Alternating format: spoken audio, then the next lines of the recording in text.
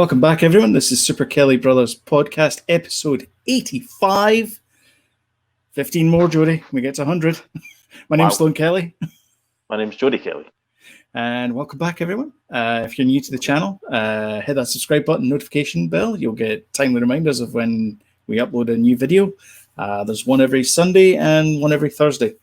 And if you're listening to this on the podcast and you're wondering what YouTube is, it's the video version of the podcast. I think that's about right. Just search for Super Kelly Bros. You'll get us. You'll find us, yeah. Please do. Please subscribe. Please clap. And hit that like button. Hit that like button as well. That really helps the channel as well. And share the video as well. Yeah. And basically the premise is it's two Scottish blokes talking about popular culture, of which they know nothing about it. So that's the kind of premise. With a couple of beers, yeah. So I'm drinking. What are you drinking? No, we're advertising beer, but Bud Light. Bud Light. And I'm on Osthouse Barn Raiser out of a Tennent's glass. I know. That's why I thought you were drinking Tennent's, but everything looks like Tennent's out of a Tennent's glass. It does, yeah.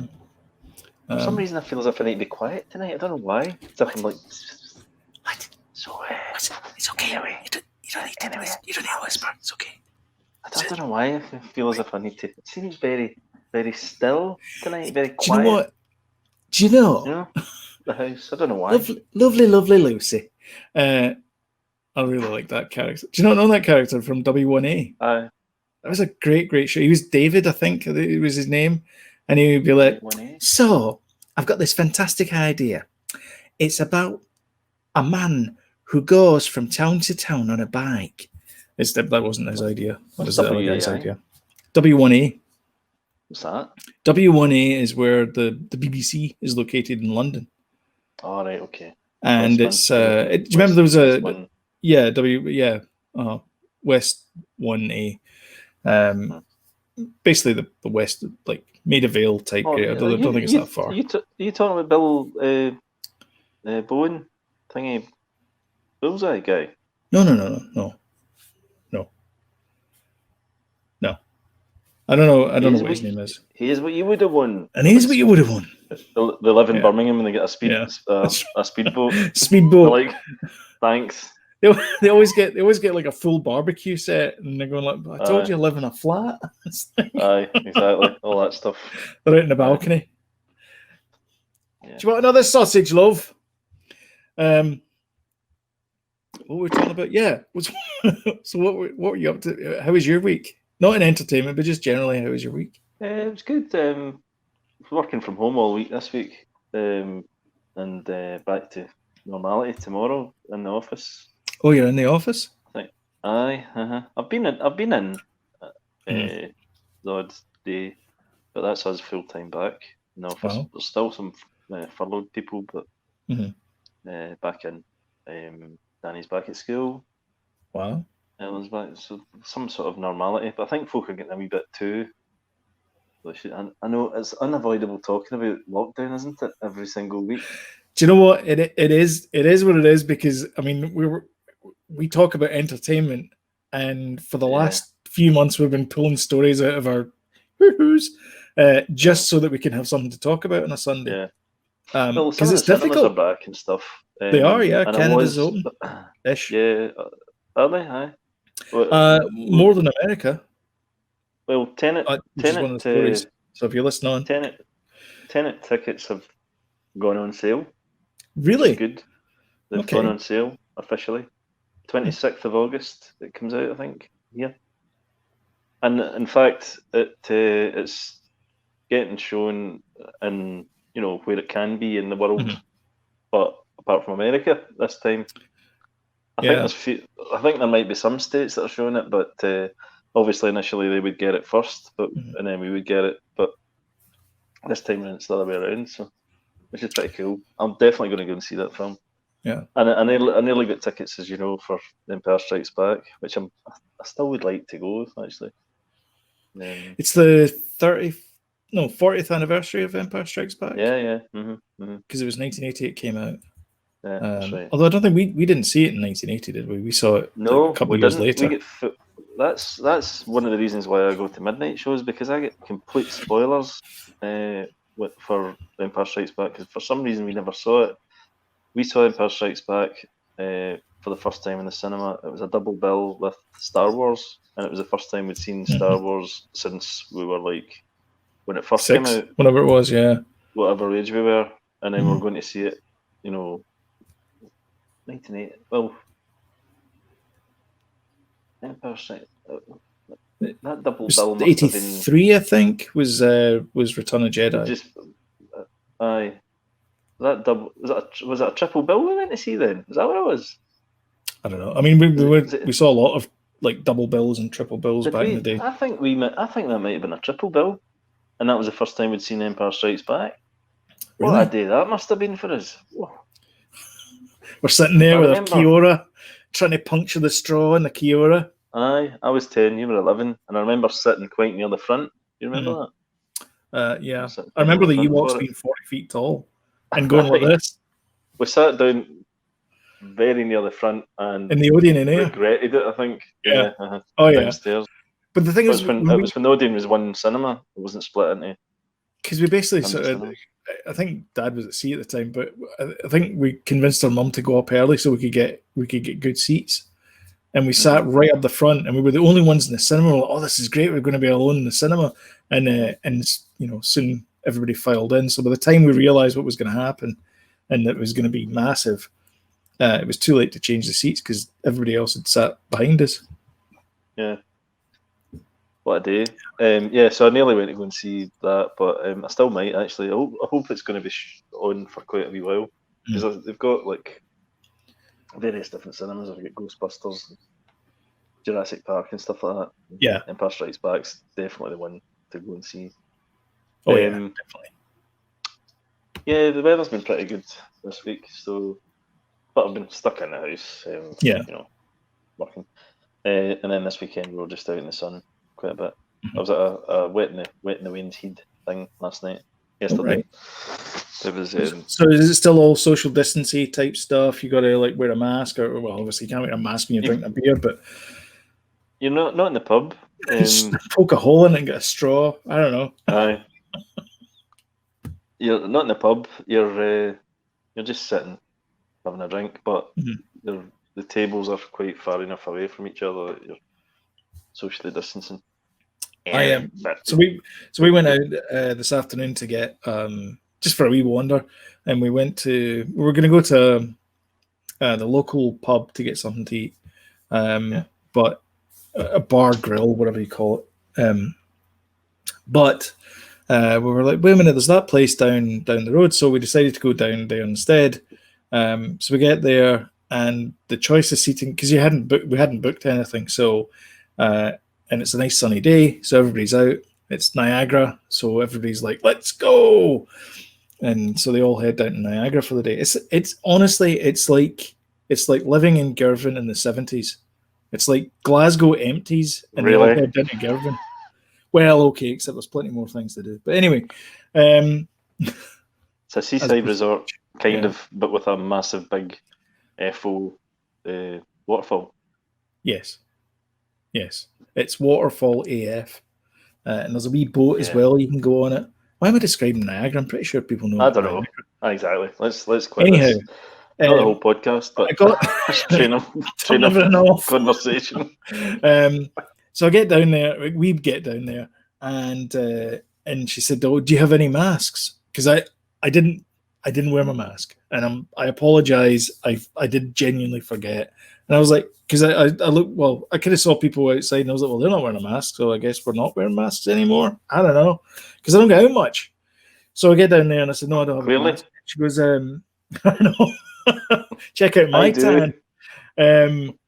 This healthy blue glow from the screens. Anyway, so she goes, oh, get your mask. And I'm like, oh, okay. So I got a mask and we wandered through there into the bar. But as soon as you're seated, you can take your mask off. It's only when you get up and go to the toilet or whatever, then you got to wear the mask. But when you're sitting in a restaurant?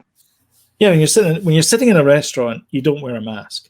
How can you eat your food? You just be sitting. But if you get up to go to the toilet, you need to put your mask on. Yeah. Oh, do you? Yep. Right?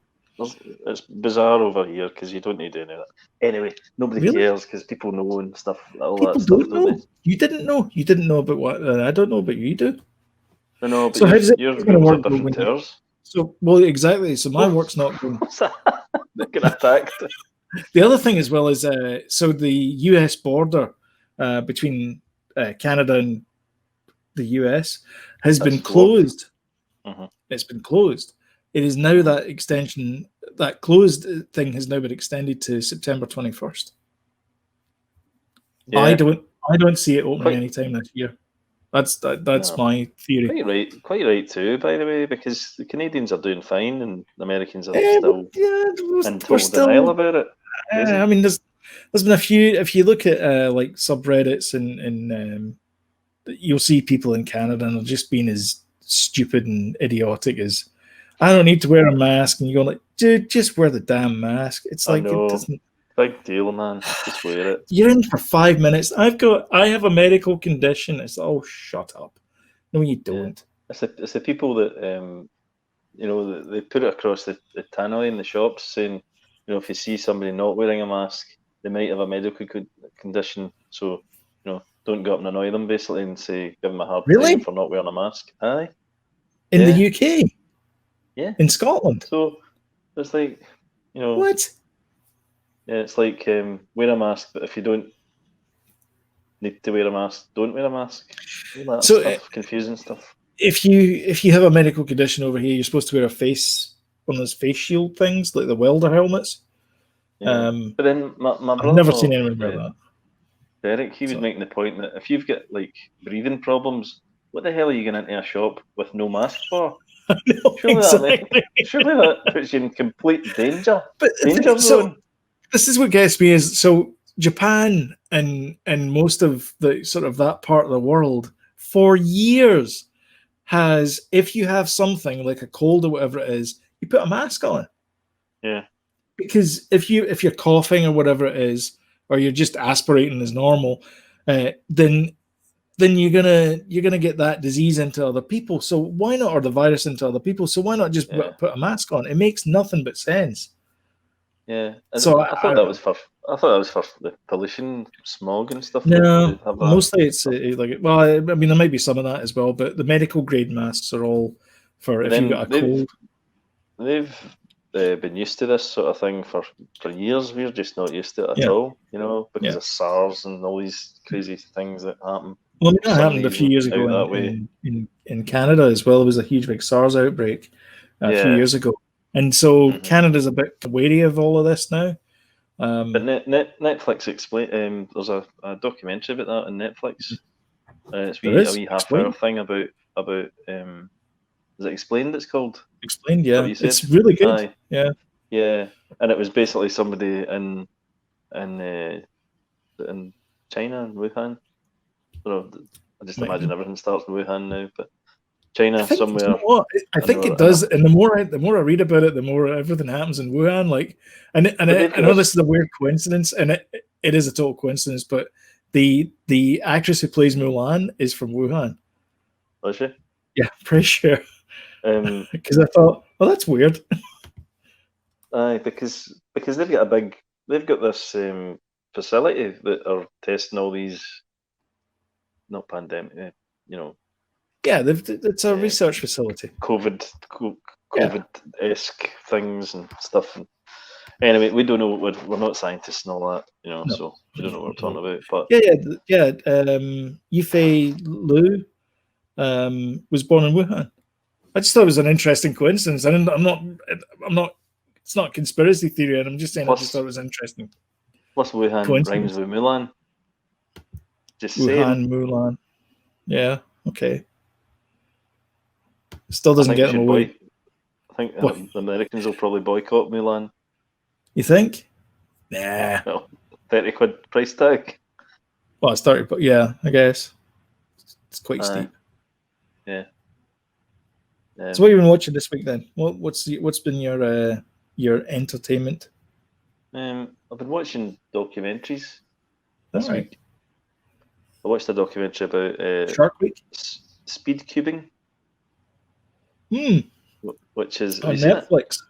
I saw the poster for it. Yeah, just a wee 40-minute, 50-minute documentary. You know, it doesn't drag anything out. It's kind of quite good. Kind of feel good, I suppose. You know, all these kids doing Rubik's cubes, and within in about 6 or 7 seconds, like crazy stuff, and doing it like they've got all these different criteria or different categories. So it's like doing one-handed and stuff, and you see them doing them one-handed. Like, wow. Oh, gold. What happened there? Oh, the 3x3. The 3x3. You still on? I can still hear. I'm here. The 3x3 Rubik cube. You know, although those ones, but they've got the bigger, the ones with the more sides as well. This here is not as easy as you think it is. That took me ages to do that. I can't do Rubik's cubes at all. No. I can't do one. They're fun. But yeah, it's quite a good documentary. You know, there's billions of combinations for Rubik's cube, but it can all be solved within like 20 moves. It's fascinating stuff. The Rubik's cube, created by Mr. Rubik. It doesn't really get into the kind of history. I thought it might have done that, and then kind of, you know, I thought it might have been a wee bit longer. I must admit. So was it just straight, or was there any twists? No, not really. It was no twists and turns. It was kind of at the beginning. I thought it was going to be a bit, King of Kong type, fistful of quarters type. So because it's like one good guy and one bad guy. Because there's one kid against another kid, and like at the start they're like, "Oh, who do you think's going to win?" You know. And they're like, "Oh, but this guy from Australia, he's amazing. He's been, getting his stuff." But there's this young kid from America that's he's he's up and coming. But the kid from America, he's autistic, so he basically had it in his hand all the time. It was just like a fidget spinner, Yeah. But it was a Rubik's cube he had in his hands all the time and just going constantly. And none of them did it. Really? No, spoilers. Spoilers. No. So it was a kind of all right, okay. None of them did it. Moment. So have you seen there's a documentary about AlphaGo, and it's really good as well. I think it's actually called AlphaGo. The documentary. What's that? It's about AlphaGo. It's called. It's about this research firm. I think it's a research firm in Cambridge, in England. They get bought by Google, so they're essentially Google Hive Mind or something it's called. And AlphaGo is DeepMind Technologies, which is later acquired by Google. So AlphaGo is this computer program that plays the game of Go. And there's this Southern Korean guy who is like the uber master kind of Go, and so they pit him against AlphaGo. And it's basically King of Kong but with Go. All right. And it's a fascinating documentary. You should watch that as well. All right. Is that on Netflix? Yeah. All right. We've also watched one Mucho Amore. Seen that advertised? No. The guy that he's got like quite feminine looking, right? As a youngster, but he get more and more plastic surgery to look really like a woman. Spanish guy, and he was like an actor, and then he became this horoscope, reading horoscopes like Russell Grant type guy. All right, okay.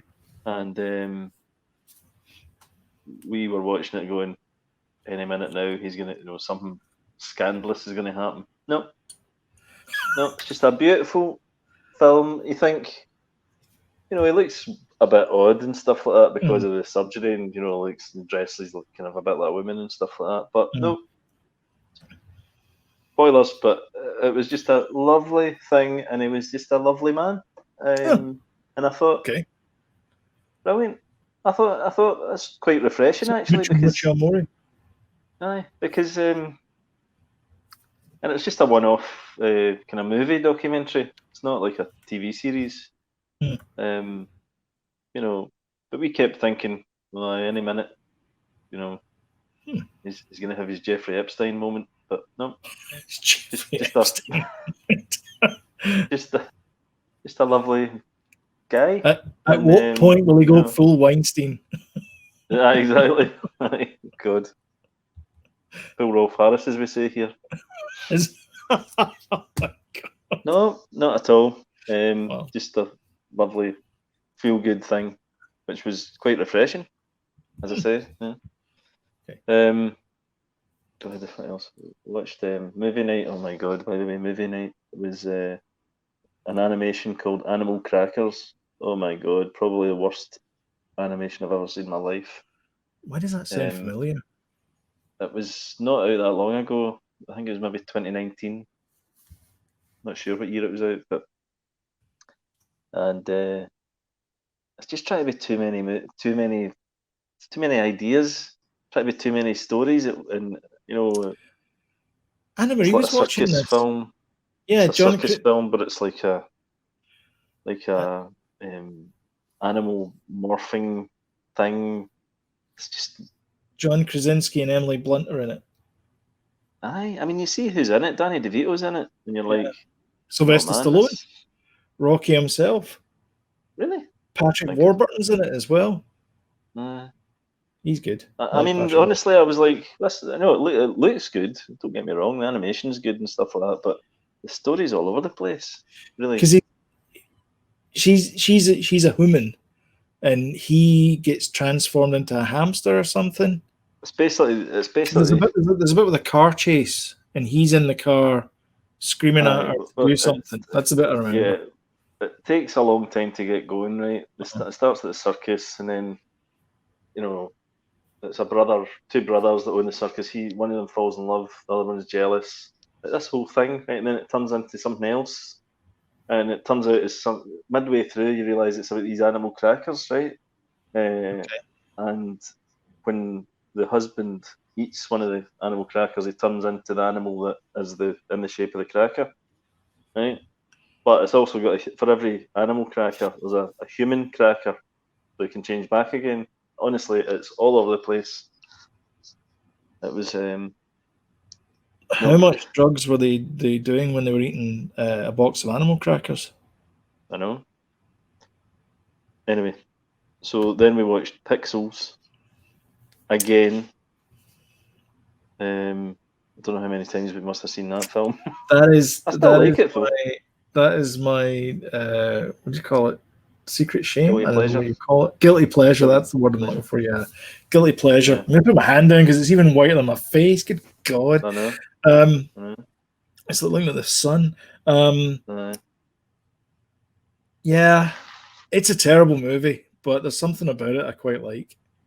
I don't think it's that bad. Oh no, it's awful. I think I'm probably brainwashed by it now. The amount of times I've seen it. Like 5 times. I got it free with my. So I bought a Sony Z3 years ago, and I got it free with a phone, and the movie was just out. It was like even Sony's like, we don't want to. This is garbage, and it sat on my phone for a year before I watched it, and eventually I forced myself to watch it, and I thought this is the worst movie ever made because it's based on like a 10-minute YouTube video.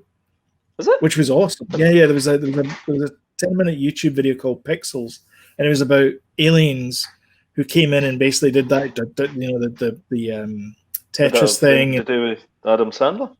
No, nothing to do with them. But I think somebody at Sony thought, "Oh, we can make a movie out of that," and then it became a vehicle for Adam Sandler and Kevin James.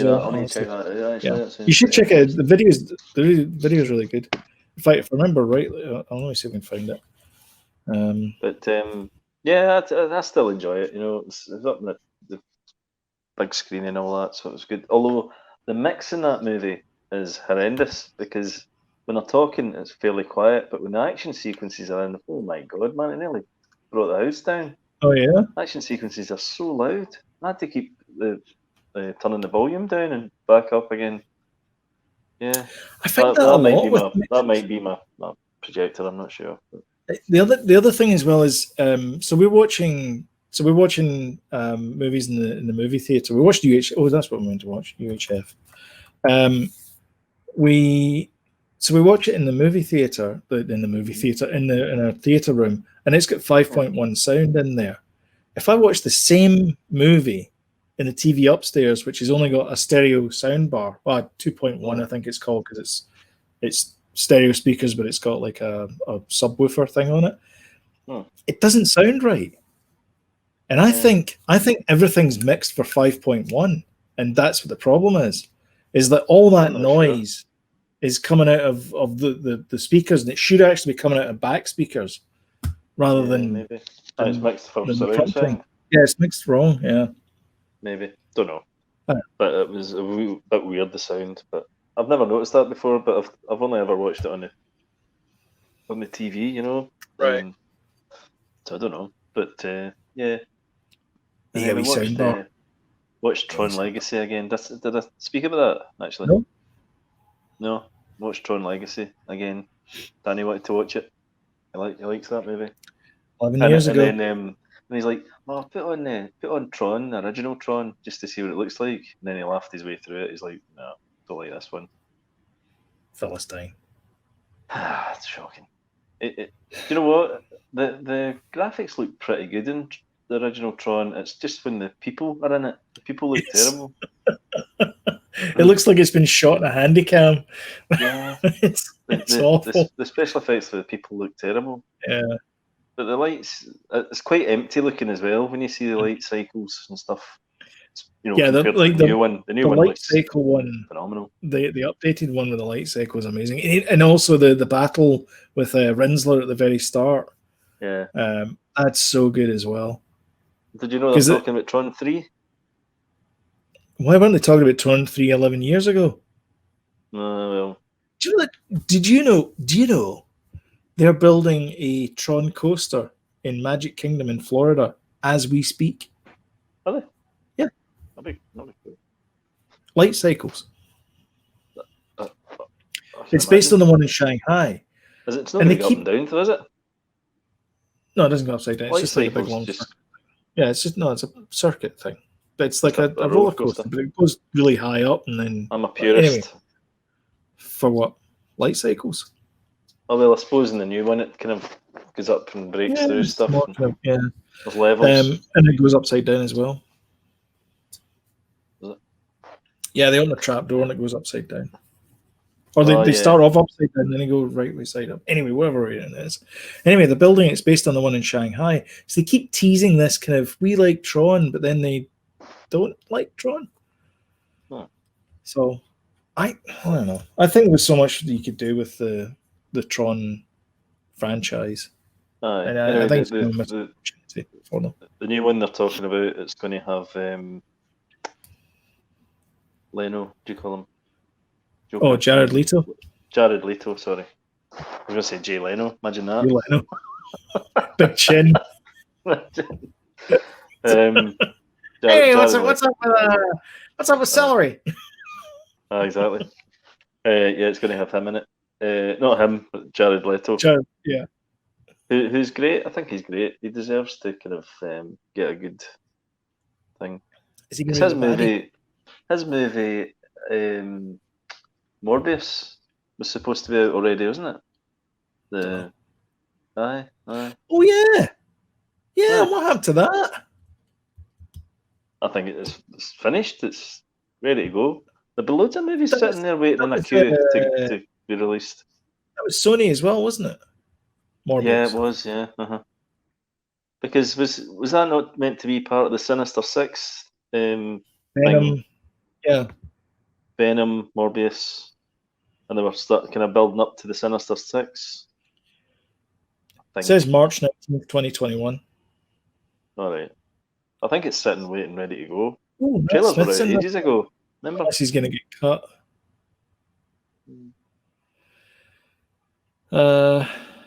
Apparently, Karen Gillan said to Matt Smith he should go in, he should take part in this because Marvel's awesome and they treat you right. Is Matt Smith in it? Matt Smith in it, yeah. Because Matt Smith was meant to be in Rise of Skywalker, remember? Your friend of mine, Jared Harris, is in it. Oh, great! I love him. Yeah. I liked his dad as well, but yeah, me too. He was a nutter though. Total info. I know. Complete alky. See, I've watched the interviews. It's Michael like all Keaton's these going to be in it, but they haven't confirmed if he's going to be Adrian Toomes. All right, cool. I got to talk about their Matt Smith, Jared Harris. Aye, Richard Harris. I've watched the interviews with him on the old interviews with kind of Hellraisers like him and Peter O'Toole. Peter O'Toole. What a linny he Ollie was Reed. as well. Oliver Reed, nutters. Richard Burton. Well, yeah. Richard Burton's so far up himself, it's no real in the interviews, by the way. He is like the actor's actor. I know he was reading a bit about him because apparently in one movie he was so drunk he couldn't deliver his lines vertically. So they had him lying down on a couch and he would deliver his lines that way. Aye. I mean... it's the Dick see go on YouTube and watch the Dick Cavett show. Yeah. Have you seen any of those? He's a TV. He was like late night TV. Man back in the day. Yeah. Interviewed Lennon, George Harrison, all these guys, all these Hellraisers. Brilliant interviews. You're talking about Lennon. What? John? Oh, right, John Lennon, okay. Aye. Right. You mean the Russian Lennon? Not Ilya, whatever his name, Lennon guy, not that guy. Knows. Maybe he did. He's one of those people that are so famous he's only got one name, Lennon. Right. Lennon, yeah. Lennon. Like Madonna or Prince. Aye. Yeah. Or Pink. Pink. Uh-huh. That can't be her, right? Pink. What's her second? What's Pink's second name?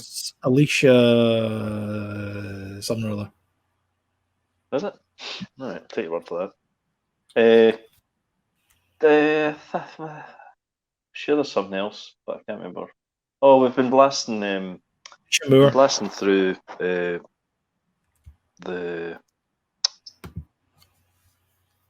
God, what do you call that thing? The BBC one I was talking about last week.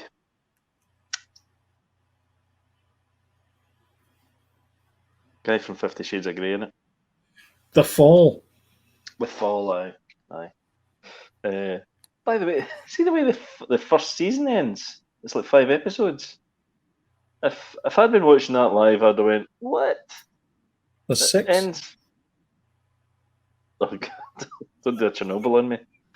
No, I think there's only 5, and then it continues. Well, we've watched it Netflix, so it just continues. Yeah. So it goes on to season 2. But if I'd been sitting watching that, going, the way it ended, I can't remember. I'm not going to spoil anything, but okay. And then tell me afterwards. Just whisper it. It's okay. It continues. What is it? Later. Tell me. I can't tell you. All right, okay. Anyway, but we're watching it. It's good. I think everyone's watched more than I have actually. She's speeded along it. There's a phrase for that. Left me behind. Right. Anyway, sorry. You go because I've rambled. And, okay. My memory's gone and all that. A couple of weeks ago? I watched UHF. Which is an old. Did I watch it a couple of weeks ago? When the hell did I watch it? I think you mentioned that. You did watch it. Yeah, I watched it last week, so I watched it again this week. Did you? Yeah, it's pretty good. Anyway, started watching Last Action Hero, and I'm like, well, I've got to watch this.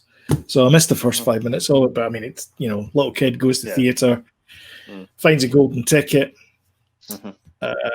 becomes friends with Jack Slater. I think that's the character's name. That one? Netflix. It's on Netflix. Was it? It's a great movie. You know, it's an action thing. Charles Dance plays the bad guy, which I think is his first bad guy since he plays the brother Yumse in Golden Child, and he does a great job of it. Chewing up the scenery. Arnold Schwarzenegger is great as the eponymous Last Action Hero, and a lot of the people little say kid that's is annoying. So a lot of people say that's one of Arnie's best. I think mean, True Lies was his best. I think True Lies. True Lies is his best, especially the bit where he gets the sodium pentothal. Yeah. And he tells the guy exactly what's going to happen to him. I like that bit. And then she kind of realizes that, you know, he may have been flirting with Tia Carrera and she's not happy about it. And they have an argument in the car about it. It's good. We watched the first episode of Norseman as well, because you were talking highly of it. Yeah, it's funny. It's good. Isn't it? Yeah. I don't think I'll be. I don't think I'll be jumping to that. I don't know. I'm going to South African accent now. I know. But it's more kind of singy songy. I'm doing it again. Doing the South African accent. I can't do it. Yeah. Not jumping off your bloody waterfall. If the Norsemen were Southern men, it's funny. I like the dynamic. I love the story of the farmer that gets challenged to Umshaft or whatever it is by the big warrior guy, like the massive warrior guy, and he goes like, because I want your farm. I want to be a farmer now. You must have watched more than two then. More than one. It's the first one. It's the first one. Is it? Oh, but you don't see the fight in the first one. No, you see the fight in the first one. Is that the first? A lot happens in the first one. Oh no, are you sure? Yeah, no, it's the first one because I've only watched one episode, and so he's doing this whole big montage about getting ready in the morning, all that kind of stuff, and then he goes like, "I'd like to say a few words," and so the farmer's giving it all this kind of stuff, and you will know my pain because he's got poison in his sword. And he goes, and you'll know my pain because I will inflict it on you. So let's go. And the guy turns and goes, ha! But do you know what was funny about that bit as well? Because the montage showed you him splitting something in half. A pig in half. A pig. Yeah. And you're just like, all right. That kind of thing. The thing he does you didn't think that was his actual plan? That's really good. So good. We also bought. So we there's a website called ColumboFile.com, and you can get free episodes of Columbo. So it gives you 8 episodes of Columbo for free, and we're like, well, we've watched them all now. What are we going to do now? So Amazon were doing a deal Columbo the movie. Amazon were doing a deal for the entire box set for $70. Whoa, really? So we bought it. Did you? Yeah. $70 for the whole box? Yeah. Bloody hell. Bit expensive. You think? Was that normal? I think that's okay for a box set. I mean, it's like an old show like that. Yeah. I reckon 12. No. For an old show like that. It's like, how many episodes is it? 74, I think. Right. It's $1 an episode. Think of it that way. How much would you pay in your Apple services for $1 for an episode? $2, $2.50? Don't know. I don't do Apple. Anyway, so we've been watching a couple of episodes of that. Obviously, not the ones we've watched, but it's it's Columbo. It's great.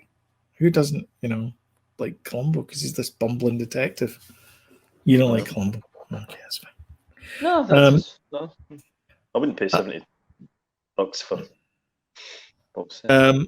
I broke my cardinal rule as well this week. I'm not completely happy about it. No, I don't mind black and white.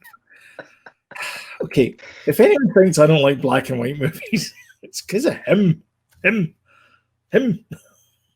Aye. Him. Book. Do you want a pen?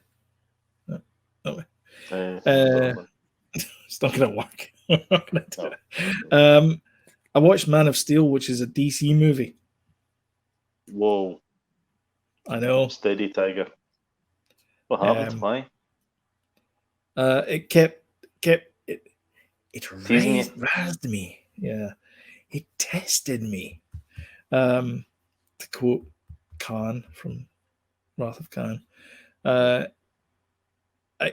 Netflix kept on saying, "Hey, you should watch this movie," and I'm like, "Fine." So I gave in and I started watching. You know, Netflix does that now. Netflix doesn't just go like, "Here's all the movies." Just It keeps pick poking one you want. It goes like, Mm-hmm. Man of Steel, huh? It You sends like me it? emails now and You says, like it? "You should check out this Norseman. I saw you were watching it. You should check out episode 2." It's like, shut up, we'll get back to it. Yeah. I'm gonna have to unsubscribe from Netflix. But then again, I like some of the stuff that it gives me. It's like, can I just unsubscribe from this crap? I don't like. Tell me when like high scores on, but don't tell me when everything else is on. Anyway, so Man of Steel, a couple of issues with it. First of all, and I know this is a petty thing, but the color grading annoyed me. It was very blue. Right. Like it was like a blue wash was in everything. There was a bit in it where Lois Lane and the eponymous Man of Steel, Kal-El, are sitting in a room together with a big mirror window, and she's talking away to him, and I'm going like, I'm pretty sure her lipstick is red, but it's purple, and it annoyed me. Like the whole scene annoyed me just because of that. I know it's a stupid thing, but it really did annoy me. It's like, why did it have to be? Why is everything blue? He did that with Watchmen as well. He kind of tinted everything. Fight Club did it as well, tinted stuff. Yeah. So, it's just a kind of mood thing, I think. But I know what you mean. I think for things like Fight Club, I think that's you're supposed to feel uneasy and kind of everything's not quite right because the character's not quite right, and then there's a payoff about that at the end. This is just a movie about a superhero, so it's like, why the color grading? It just seems weird. As far as the story's concerned, I was a bit. There was some scenes in it where I was like, I thought the world creator engine things, those big tripod things. Anime said this, and I couldn't get it out of my head. She said those look like those Philippe Stark lemon squeezers. They do. They do. I'm like, all right, well, that's that ingrained in my head now. Yeah, they totally. And the other thing was, I used to have one of those. I know. I'm going to be crude. You know the prisons that the Zod and his pals go away in. Yeah, they look like penises.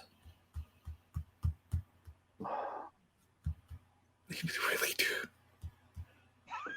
They really do. And all I could think of was what they look like. I actually found this is. I mean, none of this is getting to do with the film, really. Well, it does, but nothing to do with the content and all that. But I found it to be over-designed. If you know. Yes. What I mean. Yes, everything was over-engineered. Really complicated looking. See when you look at a piece of military hardware, you think to yourself, this thing is going to last forever. And the reason why it's going to last forever is it has a latch and a hinge. Yeah, and that's it. It's not like you push something and everything goes and opens up with like tendrils and stuff, and you're going like, nobody's going to build something like that. It's too complicated. Yeah, I know. Too many moving parts. Yeah. And then those weird creatures that floated around, the Sentinel things. Right, they just apart from the colour and the design and what did you like it? I thought it was an okay origin story, and I'd probably have liked to see more. But I guess that's it. We're one and done again. No, I'm not sure. No, I mean, I know everybody's now screaming at me, but Batman versus Superman. I get, yes, I know, and he kills him at the end, or he's supposedly dead, or is he? I mean, you could see Man of Steel being that was the trilogy. It was Batman, Superman. Man of Steel, Batman, Superman, and then Justice League. That was the trilogy. But it'd be nice if they did announce, because Warner Brothers are doing this their own thing, haven't they? It's like a Comic-Con thing, but it's even with COVID? Well, not that people go. It's like an online Comic-Con Oh, right, virtual thing. conference thing. Yeah. VirtueCon. It's called the something Dome, Fandom. I think it's called Fandom, DC Fandom, and there's going to be announcements there. But Henry Cavill's is not one of the guests. But will he be brought on as a surprise? Because it was Brandon. No, there was the previous. Yes, he was the previous Superman, and it was Kevin. What's his Kevin? Who knows what his surname is now because he's persona non grata. Spacey. He was Lex Luthor. What is he? There was a couple of nice. Gone to ground, is he? Oh yeah, he's gone. There was a couple of nice touches in it as well, where also the other thing was so much destruction in all of the movie. It was but that's addressed in the second one. Oh, is it? That's addressed in Man versus. Have you not seen Batman Superman? No. That's the whole premise of the destruction. Is the whole premise of why they are against each other. Take them to task. Because Batman. Batman's all about the sneaking down, pulling people up, and ripping them out, kind of thing. Opposed to the opening part of Batman versus Superman is that battle where Bruce Wayne's looking up, and his building is one of the buildings that get destroyed, and his employees and people he knows and loves are in that building. So that's why it's Batman versus Superman. You should watch it. Maybe I should watch Batman versus Superman. There you go. On Netflix. There you go. There's that might be one of your. Because I guess it's the same kind of thing. Because it's the same kind of thing they have with in Civil War. Yes, is that it's costing too much money. Like having superheroes is costing too much money. And Tony's too much collateral damage. Tony's argument is, well, how much is enough to protect Earth? Yeah. But yeah, I think we should register people so that we know who they are. And it's kind of similar with, and I'm going to tie it in with what we do now with COVID-19, is when you go to a pub now and you get seated, they ask you for your phone number, and it's not because they want to send you, text messages or anything. It's so that if there's an outbreak, they contact you and say, "Hey, you were at the pub at this time. You might want to get checked." Isolate for 14 days or whatever. Yeah. Or get checked. Yeah, I think you have to go and get a test. So it's the same thing with the if you cause this damage, you get registered and you're kind of liable for it. And Tony's all for that, and Cap is like, it's very un-American. Yeah. So I need to watch that. Well, in fact, we started watching Civil War again. The beginning of that film's quite boring, though. Yeah. Civil War, and then it gets really. Then it gets no, it's no, and then it gets really good. I would say right that I would argue that the Captain America trilogy is probably the best out of all of the Marvel. Yeah, we did that top 10 trilogies, didn't we? I think we did, but I don't think we included anything from. I don't think we did include anything from Marvel. Maybe we did. Check it out. Check it out, because our memories are terrible. Yeah. That's why we do videos, so we can go back and go, correct, we did do that. Yeah. I'm pretty sure I had Captain America trilogy in there. Anyway. We should write it down so we can... Civil War was the third one in that trilogy. But it is a bit boring at the beginning, and then it gets good. Is that the one with Daniel Bruler in it? Daniel Bruler? Yeah. Brune. He's the guy that shoots people in Inglourious Bastards. He's got a wee fancy for Shoshana. The guy that shoots people in Inglourious Bastards? You're kind of not really narrowing that down. Shoot the guy on top of the clock tower. They make a movie out of it. That dude. Okay, yeah. Thinks it's the best thing ever, and he's hee-hawing. Aye, and they make the movie about him, and that's why they're all kind of. going to It's be there. literally just him shooting people. Yeah. Yeah. Yeah. I think you're right. Yep. And Yep. Martin Freeman's in it as well. They introduced Martin Freeman. Aye. Yeah. Anyway, I thought Man of Steel was okay. It was nice to see what's his face, Kevin Costner again.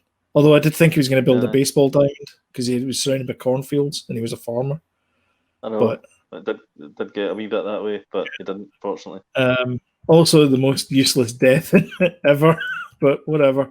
I kind of like the way that the dad. Not that. I thought it was a better. I thought it was a better death in the original 1978 one. It was less. I don't know, senseless. Because in this one, Kevin Costner runs back to get Bo the dog. He just stands there. He's caught up in a hurricane or a tornado. He stands for ages and waits for the hurricane to take him away. It's like, you could have run. Yeah. I mean, you could have just run and seen how far you got. You can't outrun a tornado. Apparently you could if you just stand there and wait for it to happen. But the last one in 1978, he's running to try and keep up with Clark.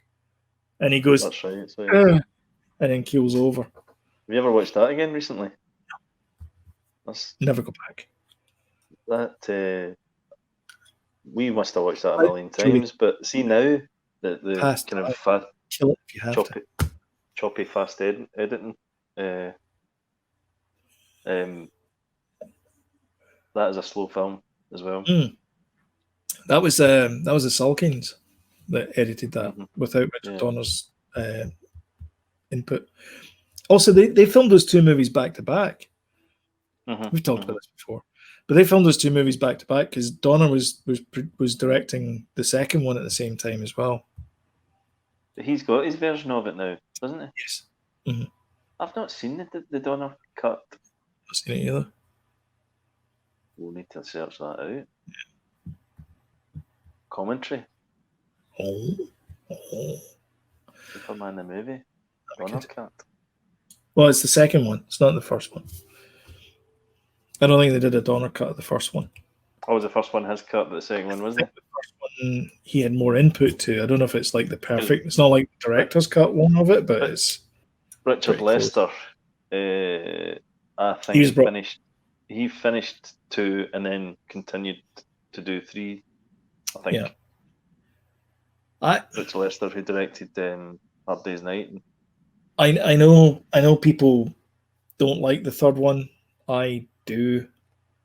I like the whole, not bizarro Superman thing, but the bad Superman thing. I like the whole thing about it. I love that.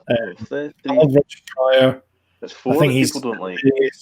Oh no, 4's awful. The Quest for Peace. So cheesy. Oh, it's so bad. And the Solarium guy or whatever he is, I don't know. He's got this really crap. I think I've only seen it once. It's abysmal. We only saw it when it came out in the cinema, and we're like, "What the hell did we just watch?"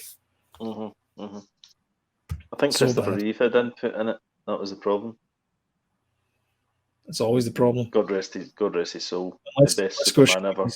Yeah. Unless, of course, your name is Ryan Reynolds, in which case you just keep on putting your suggestions in there, Ryan. Yeah. Seems to work. Yeah, it does. Shall we talk news? Yeah. My God, we've rambled. We have, yeah. We're only 54 minutes into the podcast. We haven't got to news yet. So cinemas have started opening across Canada. There's 2 movies that have been released. Unhinged, which is Russell Crowe's. We were just talking about the movie it was in there, which is Man of Steel. Whenever you mentioned Russell Crowe, who plays a hologram in Man of Steel, and he's pretty good at it. So he plays. He's good at it. Yeah. He's actually. I mean, I'm being pithy. Russell Crowe's a great. Have you seen the trailer for this Unhinged? I have. Yes, I have. I think it looks fantastic. Yeah, it's the Hitcher, basically. It does look good. It looks a wee bit as if it could be a bit cliched, but Russell Crowe's those kind of films. It's like a road rage thing, isn't it? The guy just Is what? Russell Crowe is going to the same gym as I am. He's got a Oh my God, same here. Aye, I know. He's a bit out of shape. Yeah, a little bit. Um, Anyway, so it made $500,000 at the box office this weekend, right, okay. and SpongeBob, Sponge on the Run, made $1 million at Is that the it? box office. Is Yeah, that it? only in Canada. It's not getting released in America. It's going straight to video on demand, pay-per-view, and then it's going to go to CBS All Access. So it's only in Oh, theaters in Canada. Right. It's the way of the world. Because that was on our list to go and see in the cinema, but I'm not sure what's happening in the UK. just need to wait. I've got a feeling it might come out though. Yeah. But anyway, carry on. I don't know whether we should do this one just now or talk about the top 10 male actors. I'll give you a choice. Do you want to talk about Epic Mega Games, or do you want to talk about the top 10 highest grossing male actors? I think the highest grossing male actors is a good one to end with. Yes, it is. It's a nice high up note. Yes. Whereas the Epic one is a little bit of a could get into a discussion about it. Right, so let's talk about that. Do you know the story? I'm not sure. Okay. So I'm just bringing up the story here. Epic Games has executed its most ambitious Fortnite live event yesterday, leading both Apple and Google to remove one of the world's most popular games from their app stores. It was a well-choreographed sequence of events designed to highlight the power Apple and Google hold over app stores, especially Apple's walled garden. I don't know why especially Apple's walled garden, but whatever.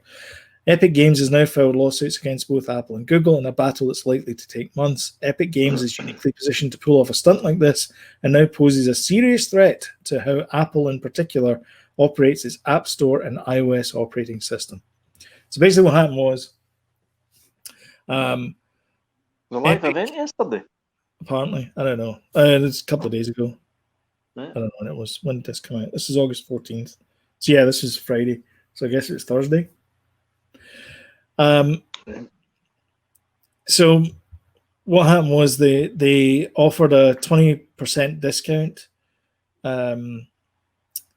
through some in-app payment scheme within Fortnite, and apparently it bypassed Google and Apple's stores guidelines. Oh, right, okay. And I do know about this now because Danny was talking about it. Yeah, Apple pulled them from the the App Store shelves, and Google followed suit shortly after that.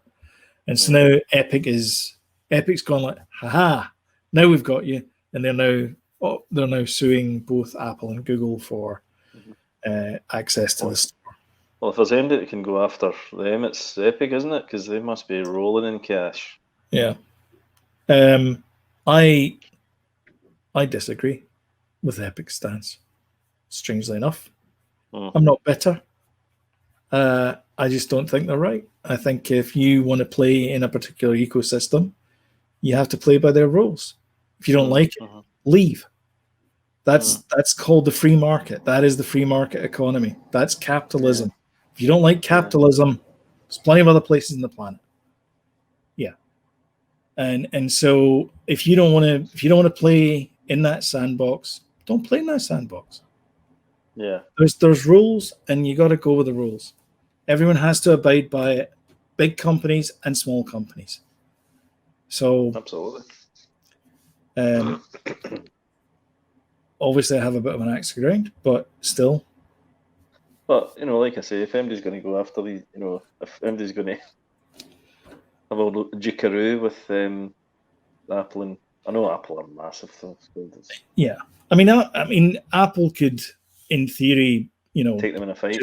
Just buy, not you, Siri, could just buy Epic Games out and end it, yeah, so to speak. Well, that was the remember when one of the seasons with Fortnite, and it was the biggest overhaul they'd had. It was like going into the second phase of Fortnite, and it just ended for like 2 days. And the rumors were that Elon Musk had bought it because it was annoying him because his two sons were on it all the time. So he joked about buying it and then just shutting it down. and the rumor was that that's what had happened, but it wasn't. See, when Twitter tried to just justify himself that no, it wasn't me that did it. I don't know anything about it.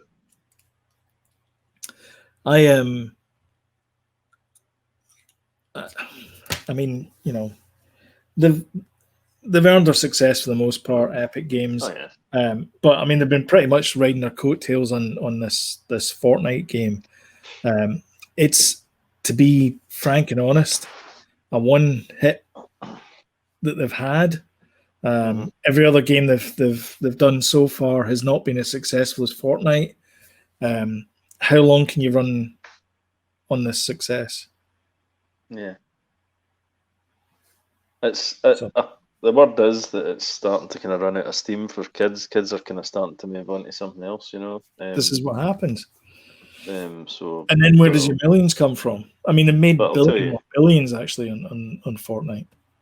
Oh yeah, it's still massive, but it's had quite a big. I think it's had quite a big fall in numbers lately. A story about it. Yeah, I'm trying to see if there's anything more in there, but so they've done Epic's produced this video, which is a sort of a satirical take on the Apple 1984 Macintosh commercial, saying this has been 1984 won't be 1984 and Mac and all that kind of stuff.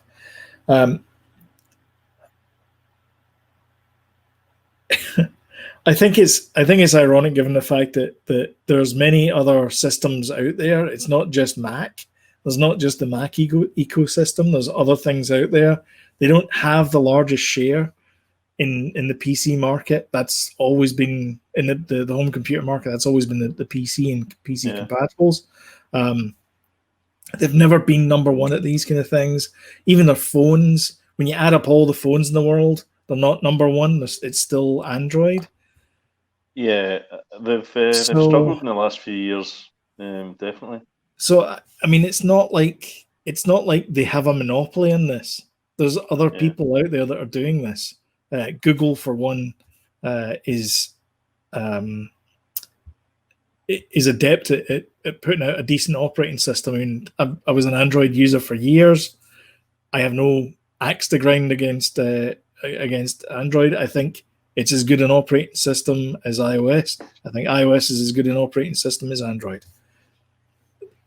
They're both phone operating systems. Are you Apple again? Yeah, I'm back to Apple. Are you? I'm not. I don't think I will either, because I mean, you're paying a premium. The restrictions, to be honest with you. Well, that's the thing, is that you can't sideload things. And that's kind of how they got around the restrictions for Android, was that you turned off security, and then you downloaded the APK, and then you installed the APK on your Android device. And that's kind of how they got around it. Obviously, Google doesn't want you to do that. They want a cut of it as well. They still want their 30%. And this arbitrary 30% just came because Steve Jobs thought it was a good number. It's like, okay, but I mean, it can't be cheap to run all those servers, to store all those apps up there.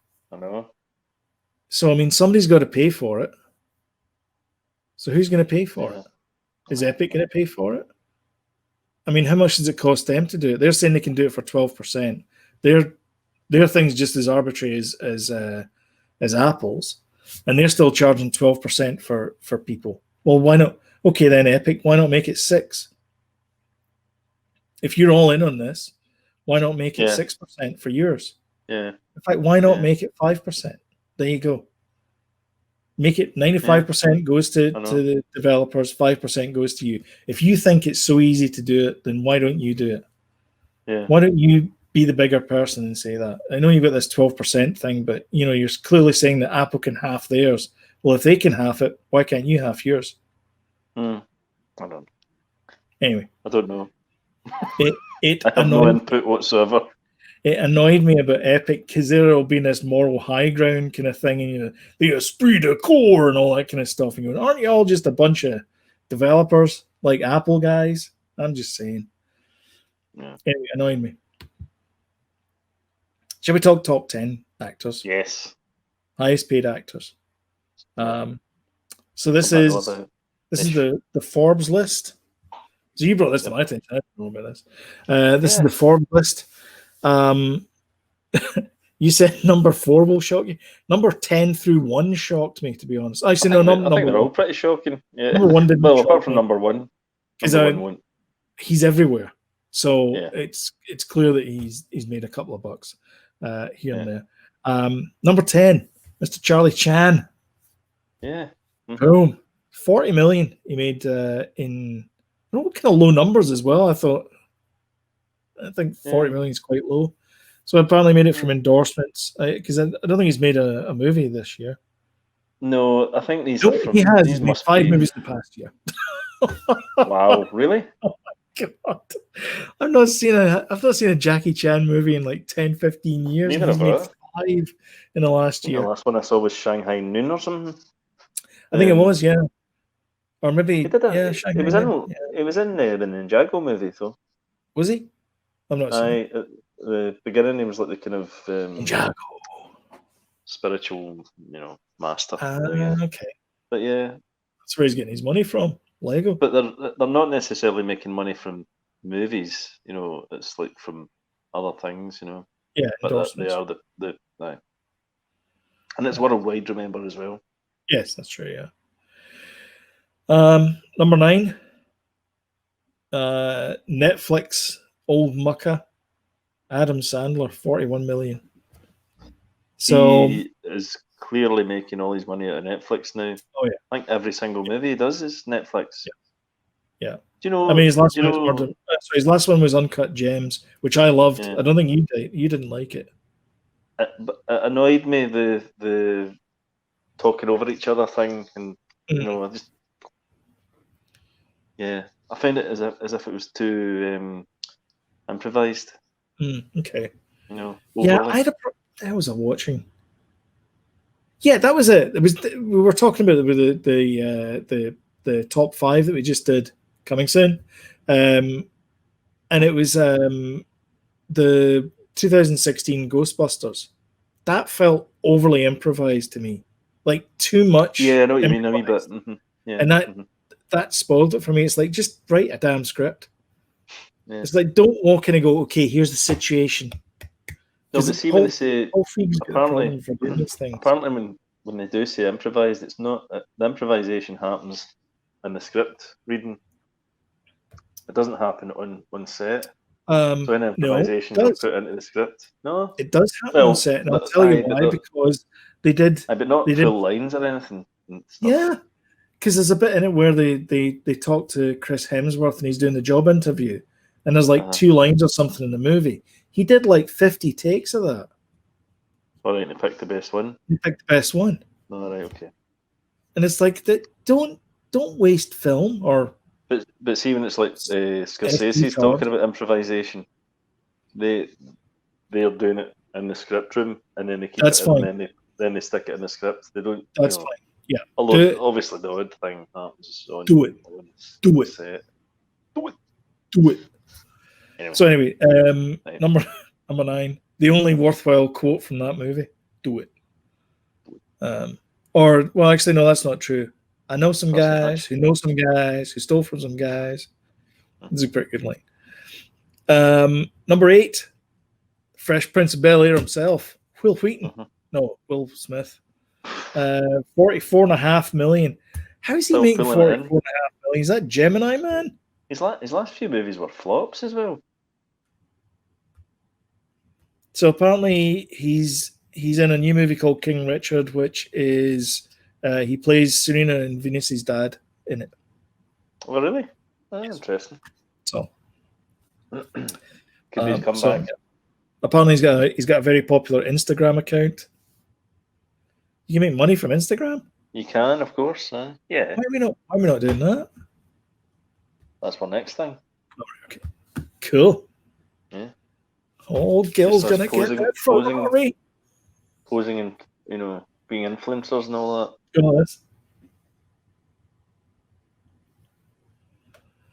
that. Number 7, Lin-Manuel Miranda, 45.5 million. He must be making a hell of a ton out of that Hamilton movie. Or, well, he probably did make a lot of money out of the Hamilton movie because Disney Plus bought it.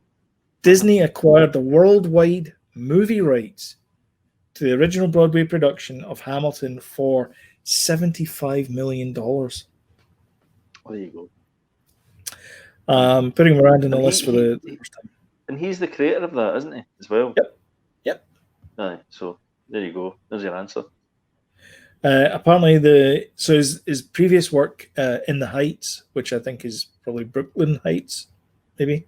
There's a film version of that coming out as well, and I'm assuming he's going to make bank on that as well. I forgot this guy, to tell you, actually, we'd started watching Hamilton. We've watched about an hour of it now.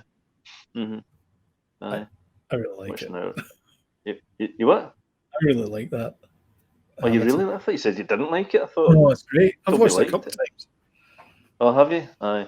No, it's really good. It took us a wee while to get into it, but once you got to King George. Oh yeah. That's a good track. You say the songs are really good, isn't it? The songs are brilliant. You'll be back. You'll see. That's when he's spitting and all that. Remember what came to me. Yeah. What about? What about an hour in? Yeah. An hour in. Yeah, very talented guy, Lin-Manuel Miranda. He's done cameos. He did the music for Moana as well. Did you say Moana? Right, that makes sense. So I think he did The Sea It Calls Me. That one. I don't know what it's called. And obviously, all the songs. I'm a big fan of Moana. Yeah. Moana's a great movie as well. Both are. Akshay Kumar is in at number 6 with $48.5 million. He's a Bollywood star, working in his first TV show for Amazon Prime called The End. And apparently, most of his money comes from endorsement deals from multivitamins to toilet cleansers. I don't know what a toilet cleanser is. I'm assuming it's like. Have you ever cleaned a toilet? Yeah, like every week. All right, okay. That's my job. That's my job. Is it? It's my one job. Sloan toilet cleaner Kelly. That's that and rotating tires. What a life. In demolition. Great. I was doing that today as well. Demolition. Oh, yeah? Yeah, I don't know. You don't even remember. It's got that kind of balustrade that runs down. There's like a step down into the living room den thing at the back. So Anne doesn't like it. She did it. It's very dated. So I got the reciprocal saw it. Right.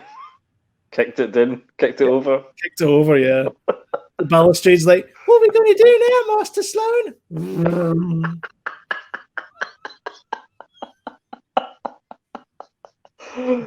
Oh, brilliant.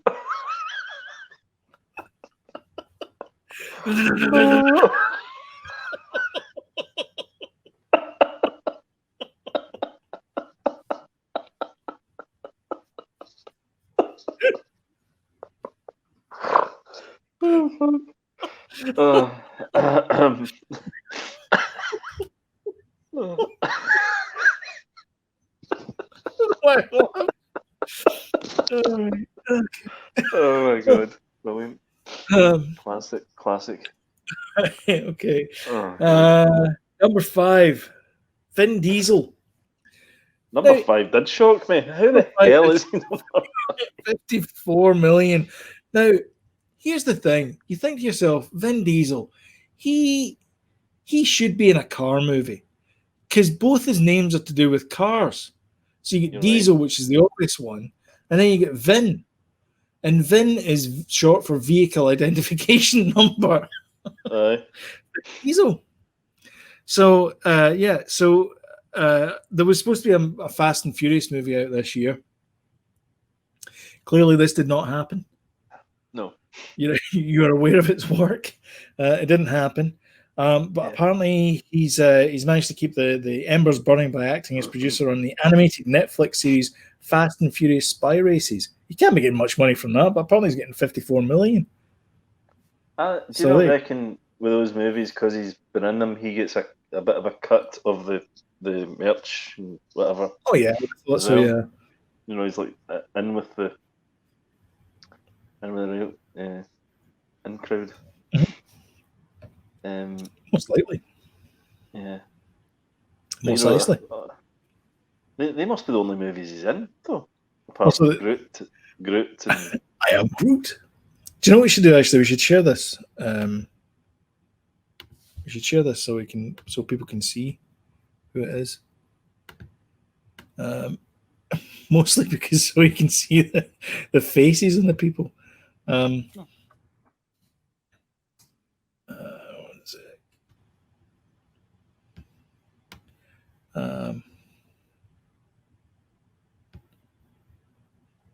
People you're talking about? Yeah, because you probably don't know who some of these people are. Okay, and also you just got to see Vin Diesel's face as well. Okay, so I can do the old share screen. Chrome share. All right, here we go. There we go. There's Vin Diesel, who's doing this face. Mm-hmm. I don't know why he's doing that. That's his squeezing out a fart face. Yes, but on a red carpet, so he doesn't obviously want to be caught. Right, so we're doing this because it's top 5 now. Yes. So top 5, so that's them there. Number 4, Mr. Ben Affleck. Mm-hmm. How is he making money? I have no idea. So apparently he's making he's in Netflix. The last thing he wanted. I don't know how he's making his money though. Listen, he's another guy making money from Netflix, 100%. So is it because of a production deal he's got, or he must do because he's got he's got one in the bag with Steady. His action one he had. Action Jackson. It was like a group of guys. You know, seen that one? Can't remember the name of it. Oh yeah. I did see that. I didn't see it last year. I think it was out. Yeah. A kind of action thing, and I think he's got one coming out. He must have a deal with Netflix. A lot of these people do now. I mean, Charlie's Theron. You know. Yeah, that's right. The Odd People. What's it called? Not the Odd People. Yeah, that one. The Old Gang. The other. The Old Gang. No, it's the Old Fellas or something. The Old Boys. Old Guard. Old Guard. That's it. I mean, that would have been a big blockbuster action movie. It would have been. Yeah. You know, for the summer. Pretty good. But it was put out on the old Netflix. Yeah.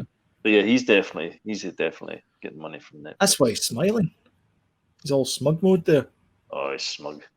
Oh, he's don't mind old Ben. He's all right. Take him or leave him. I like Paycheck. That was about it. Mm. And he was good as Bartleby, I think. One of them anyway in Dogma. Mm-hmm. Oh, aye. Yeah.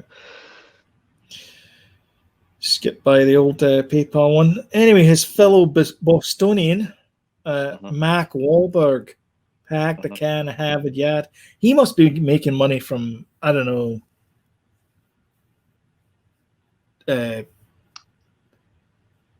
Transformer? He's another Netflix guy. Look, it's all Netflix. See, when you look at the Netflix third most watched original film after it debuted. He also made millions producing docuseries McMillions and Wall Street, WAHL Street. I mean, not bad. I'd like to see a documentary about Mark Wahlberg, about his routine he has. His routine? He gets up at 4 o'clock in the morning to work out. That's too early. It does. I would, 4:30, I would say, for me. Back at 10. Easy. Aye. But he's got a kind of mad routine. All right, number 2. Number 2 will shock you. Ryan Reynolds, aye. Who would have thought that, by the way, a few years ago?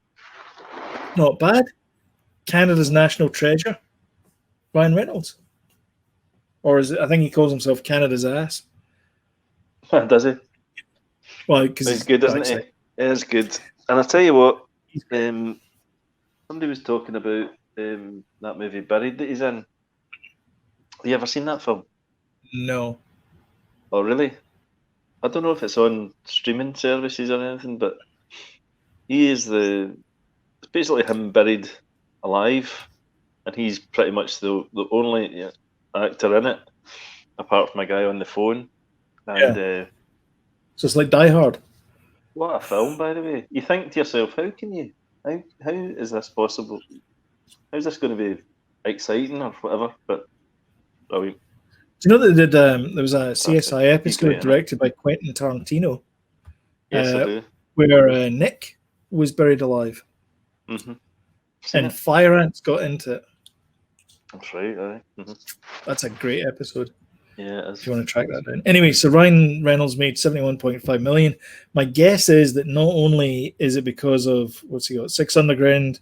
He's on Netflix as well. Yeah, he's another one. They're making money. They're making Netflix. I know. Never mind this YouTube malarkey. We need to go onto Netflix.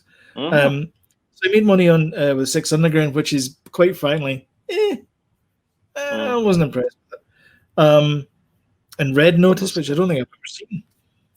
Red Notice. I don't think I've ever seen that. But he's got Aviation Gin as well. He's an owner in Aviation Gin, which struck up a deal with Virgin Atlantic, although admittedly no one's buying these days. And Mint Mobile. He also owns part of Mint Mobile as well, which is a in the US. Yeah, because this money isn't just from movies, like we say. This is from whatever they've But I think Ryan is quite sensible with his money. Like he's investing it rather than having to rely on his good looks. They probably are, but they all are because they've got advisors and things like that. What to do with their money at that level, don't they? Remember, he started off in Van Wilder. Yeah, that's right. Mm-hmm. Which, by the way, is good. National Lampoon's Van Wilder. If you haven't seen it, check it out. He plays Van Wilder, and which is funny because his Twitter handle is Van City Reynolds because he's from Vancouver. Oh, right, okay. So, number one. Who do you think it is? Is no surprise whatsoever because this guy is everywhere. I'm surprised he only made $87.5 million. To be honest, that's probably the most surprising part. Yeah. In the screenshot, he's already in a green screen because he knows he's going to be superimposed into something else. That is also a shot that could be used for anything. He was Maui in Moana a couple of years ago. He's obviously Hobbs in the Fast and Furious franchise, and now has his own spin-off franchise with Jason Statham as Shaw, which, by the way, is fantastic. That is an 80s Tango and Cash. Yeah, I need to see that one. Hobbs and Shaw. No, I need to it's see filmed in Glasgow. Mm-hmm. You have to see because you go St. Chambers, John Street. All they do is they have this car chase that lasts for 10 minutes, and they basically go around George Square. Danny wanted to see that, but I think it's a wee bit inappropriate. It's fine. It's okay. PG-13. I think they use the F word once. All right. Because it's PG-13. Right, but that's all? Yes. Right, I'll watch it first before I let him watch it, though, just in case. Yeah. Anyway, so he's making money from $23.5 million check from Netflix. Where's Netflix getting all this money from? Oh, so he's in debt, massively in debt. Oh yeah, they are. The arse is going to fall out of Netflix surely. Oh yeah. I mean, they're. I don't know how much in debt they are, but it's the tune of billions. How is it everybody says there's no money in streaming, and yet Netflix are like pumping out? I mean, I looked at the thing that they're in debt. A notification saying Netflix have got 65 new content coming up this month. 65 new shows of content this month. Disney Plus, nothing. So Disney isn't spending money. Netflix is. Yeah. Netflix is unaware that at some point the money will run out. Disney is well aware that money will run out because they've been through hard times before, and they are not willing to spend the money. And they're also this is something we talked about as well about when this is last year when The Mandalorian first came out, where they were doing Disney was like, yeah, you're getting an episode a week, and we had this discussion, and I posited that it's a good thing because the problem is that people binge watch and they just rip through content, and so you have to keep feeding the machine. You have to keep, giving people new things, and it's not sustainable. And Netflix is finding that out because you just have to keep pumping it out. You have to keep pumping out new content because people, this is the reason why we do, a video every Sunday and Thursday, is that there's something there for everyone. If you like the top fives, you watch that. If you like, us churning on about jibber jabber, no time for no jibber jabber, then you watch this show or listen to this show in the podcast. Yeah. So you have to keep putting content out there, or else people don't come back. Because there's no advertising in Netflix and stuff, you're just like, where the hell's the money coming from? Apart from subscribers, but they must have just just subscriptions. I mean, if it's probably everybody's got Netflix, really. What have we got? You got, well, let's say it's, what is it? 55. How much? I pay $8.99. I pay 99. Well, there's 55 million subscribers, which is the population of the UK pretty much, and they're all paying $8.99. That is $4.9 billion. Wow. Well then. 1, 2, 3, 1, 2. Sorry, $494 million. Sorry. $494 million. That's all right, isn't it? That's all right. It's a good paycheck. And mostly it's going to Wayne Johnson and Dwayne Newton. It's going to Dwayne Johnson and Ryan Reynolds. Danny Newton. Tandy Newton. From Westworld. Danny Noonan. Did you say Danny Noonan? Oh, he's frozen. Oh no, he's frozen.